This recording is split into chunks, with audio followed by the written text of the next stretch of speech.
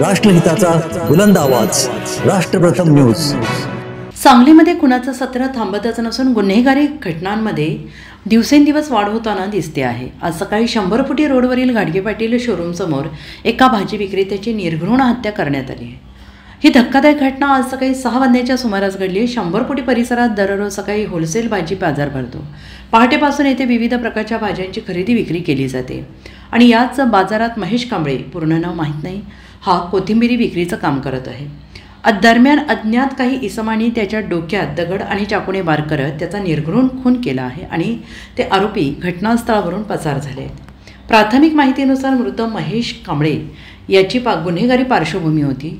तो यापूर्वी एका गुन्ह्यात शिक्षा भोगून नुकताच बाहेर पडला होता अशी माहिती समोर आली आहे आणि या घटनेनंतर सांगली शहर पोलीस तातडीनं घटनास्थळी दाखल झाले असून आरोपींचा शोध सुरू आहे। दरम्यान घटनास्थळी मोठ्या प्रमाणात नागरिकांनी गर्दी केली होती, त्यामुळे परिसरात तणावाचं वातावरण निर्माण झाले।